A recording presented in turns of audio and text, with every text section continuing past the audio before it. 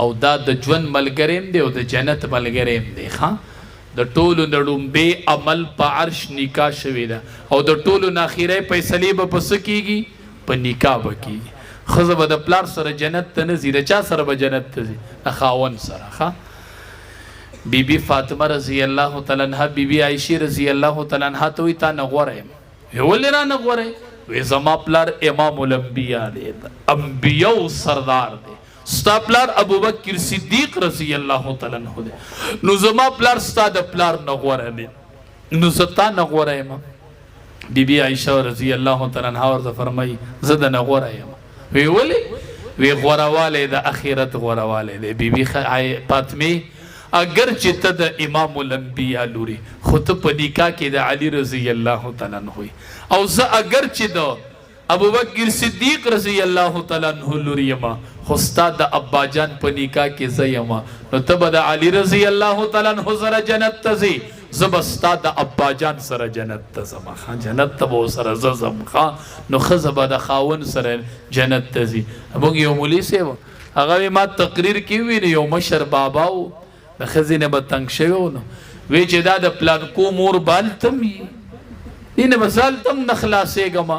وی ما ورته وی چې دا به هلته د پلانکو مور نه یې مړه، دا به هلته د اویاو حرو سردار یې. ښه دا بیبي دی دی به هلته اویا جوړې اغوستي او په اویا جوړو کې به یې دنده پنډی ښکاري او په پنډی کې به یې دنده تا ته نلې ښکاري.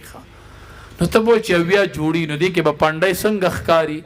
و د خدای ساده بنده ا د جنت جوړي دی، خدا نه دی کنه، هغه د نور جوړي دی، اب ډمبر نه جوړي، دا جوړي ډمبر جوړي کنه. نو ته د جنت نعمتونه په دنیا قیاس کوي چې اویا جوړي غوستي خو وسم ډمبر جوړ کړي. ساده بنده ا د جنت جوړي دی، هغه د نور جوړي دی، هغه به ډمبر نه جوړي، پاغه کې بدن د پنډای ښکاری او په پنډای کې بدن د نلې ښکاری. ښه بهر صورت نکاح د 1,40,000 انبیاء کرام سنت دی. نبی علیہ السلام ځوانانو ته تقریر کو وی یا معشر الشباب، ای ځوانانو اق تقریر درته کوم کم چې نبی علیہ السلام ځوانانو ته کړی و. وی یا معشر الشباب، ای ځوانانو، ای تاسو ته وامخه، ای لونډانو ای لونډانو، من استطاع منکم الباءة فلیتزوج، د چا چې د نکاح طاقت وي هغه نکاح وکړي. ځوانانو نکاح وکړي چې د چا طاقت شته. تاسو طاقت نه دی پیژندل. ورګه وای کور کې ټایل لګوم بیا به بچي او ټایل پکې نشته، په طاقت کې ټایل نشته. ورګه کور پلیستر کوم یاره دا پکیم نشته. ورګه 500 تولې کال یاره دا پکیم نشته. ورګه 3 میخې بالالوم دا پکیم نشته. دا خو نشته. طاقت څه ته وایي؟ چې په صحت روغ دی، په صحت روغ دی.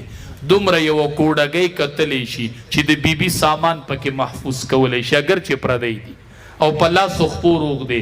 بیبي له سحر او ماښام روټۍ پیدا کولی شي. بس د طاقت ته فلیتزوج. ځوانانو څه وکئ؟ نکاحونه کوئ ښه چې د چا دا طاقت بس نکاح وکئ. فایده به څه وشي؟ فإنه أغض للبصر وأحسن للفرج. سترګې به مښکته شي، شرمګاونه به محفوظ شي. که د بچي سترګې دې ښکته کوي که نه، وایي چې دا ښکته شوې، دا په حج نه ښکته کېږي، دا په عمره نه ښکته کېږي، دا په علم نه ښکته کېږي، دا نه ښکته کېږي، دا په تبلیغ نه ښکته کېږي. نبی علیہ السلام فرمایي نکاح ولو که چې سترګې ښکته شي، چې بیا فیسبوک یې نه ګوري، بیا ډرامې به نه ګوري، بیا به فلمونه نه ګوري. بس بچي له واده وکړه. ما ته هلک ټلیفون وکړو، په ټلیفون یې ما ته وی ماله یو وظیفه راکړه، ماله د شپې خوب نه راځي. ما ورته مې واده پلار ته دې ووایه چې واده دی له وکړي. وی صحیح وایي ما پلار له ټلیفون میله وکړو. پلار یې ما بالکل مې ورته ویلي د وی ماله د شپې خوب نه راځي. ما ورته واده وله وکړه چې د له خوب ورځي. اوس زه کلي ته تقریر له لاړم د واده پروګرام، او ما ته پته نه وه هغه واقعه د اقې کلي وه. جما هلته بیان کړله. اوس هغه لک هم ناست و پلار هم ناست و. چې ما تقریر ختم کړو هغه لک پاسېده، وی مولي صاحب دا مې پلار دی، زه هغه هلک یم. وی ته ته مخامخ وګوره، وی دی ما له اوس هم واده نه کوي. نو پلار د مې بس که نور کنه چې بیا دې د مټ نه نیسې ودرې دی وکوله وانه فانه اغض للبصر.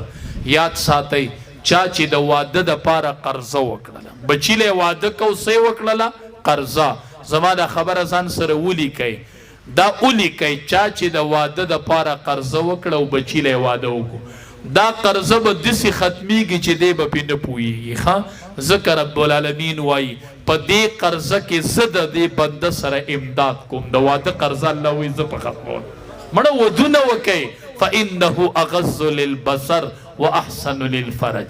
هوی ومن لم یستطیع د چا چې طاقت نه بس کوي طاقت نشته فعليه بالصوم بیا روجي ونیسئ ښه شروع وکئ د سبا نه د چا د واده طاقت نه هغه څه نیسئ روجي نیسئ فانه له وجاء روجي ونیسئ.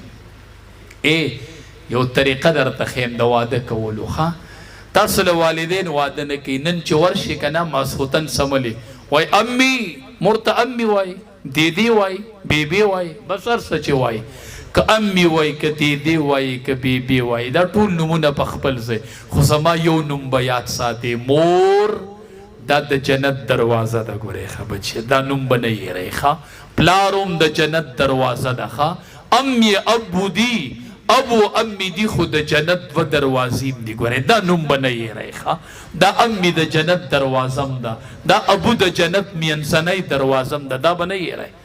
نو وایي مورې سبا که خیرې مې د نفلي روجي اراده ده بیا مې پېشمني له پاسه وه که خیرې روجه به نیسمه نو پېشمني له به دې څوک پاسوي مور به دې پاسوي که نه روندار خو تا نشي پاسولی پېشمني له نو چې مور تا پاسې په پېشمني د له چای روټۍ پاخه کړي ټیک شو او سبا ماښام ته بیا ورشي امي بیا مې د نفلي روجي اراده ده انشاءالله پېشمني له بیا پاسه ښه چې یوه هفته د پېشمني تیار کړي بله ورځ به ویلې چې یاره دله د واده څه فکر کوه زما به بل کار نه خو زه به دله پېشمني تیارومه که نه نو مور بیا پېشمني تیارولی شي نو په خپله به درله واده وکړي دا طریقه ده ښه ټیک ده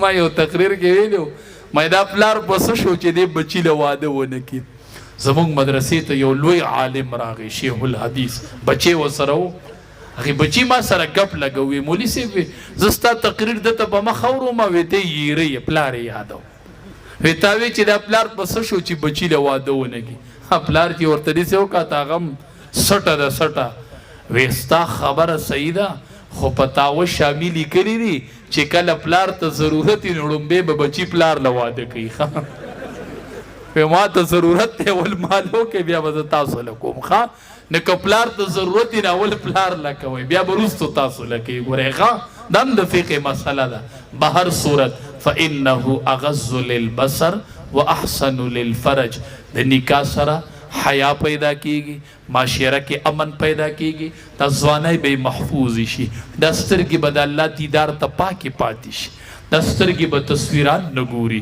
دا سترګې به ډرامې نه ګوري که کور کې حیا غواړي د بچي او د خور او د مور او د لور تمیز برقرار کول غواړي نو بچو له په وخت باندې ودونه وکړئ ښه بچو له په وخت باندې ودونه وکئ او چې لسو کالو تم بچي ورسي نو د بسترو ځایونه وله جدا کئ ښه یو ورور او خور په یو کټ کې به نه سملي ښه بچی به د مور سره نه سملي چې لسو کالو ته ورسید ښه دورونه به هم نه سملي باس نبی علیه السلام فرمایي چې لسو کالو ته ورسیږي د ملاستې ځایونه وله بیا جدا کوئ دې کې نقصانات دي نقصانات معاشره کې نن ښکاره شوي دي بس جدا یې کوئ او د نکاحونو ترتیب ورله شروع کوئ مونږ به دا دعا کوو چې رب العالمین د دې الک دا نکاح الله دې پکې ډېر خیر او برکت ورواچي چې دا دومره سپین روبي او علما او مشران یې راجمع کړي دي او د شریعت مطابق خپله نکاح وکړله الله دې ول ډېر خیرونه او برکتونه ورکړي